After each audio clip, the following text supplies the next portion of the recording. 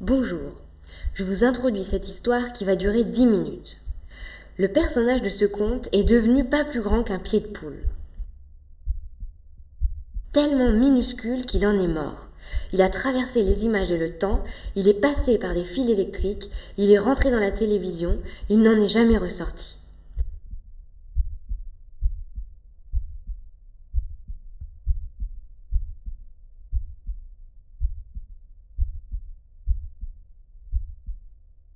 On appelle pied de poule le motif du tissu qui porte le même nom. L'armure d'un tissu est le mode d'entrelacement des fils. L'armure de ce tissu est à base de croisés et utilise des effets d'ourdissage et de tramage identiques, d'où l'aspect en damier. Ourdir, c'est réunir les fils de chaîne en nappe et les tendre avant le tissage. Et la chaîne est l'ensemble des fils parallèles disposés dans le sens large d'un tissu, entre lesquels passe la trame. Quoi qu'il en soit, ourdir, c'est aussi disposer les premiers éléments d'une intrigue. Si un tissu peut servir d'armure, je peux alors imaginer que les vêtements qu'il constitue sont appropriés pour se lancer dans un grand combat et pour jouer aux dames.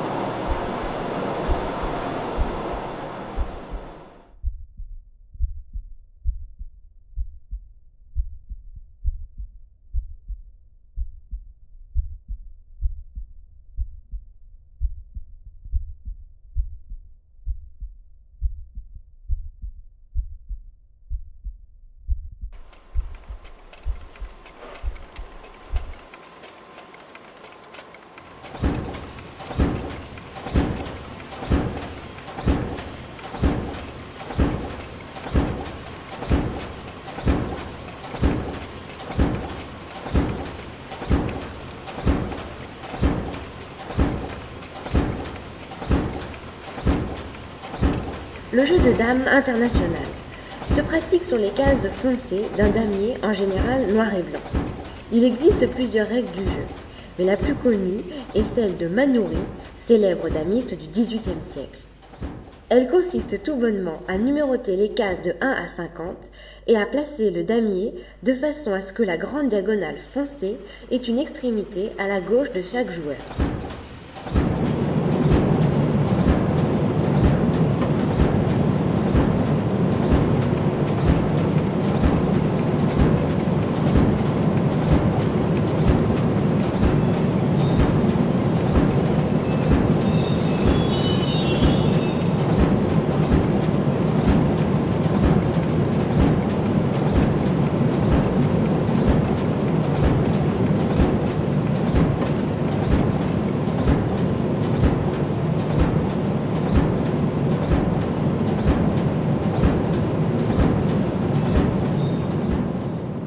Alors, jouer aux dames, picorer des pieds de poule, déplacer des pieds de poule, c'est brouiller et faire vivre cette répétition infernale.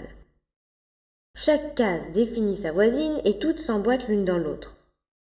Ce motif se multiplie à l'infini et semble ne jamais s'arrêter.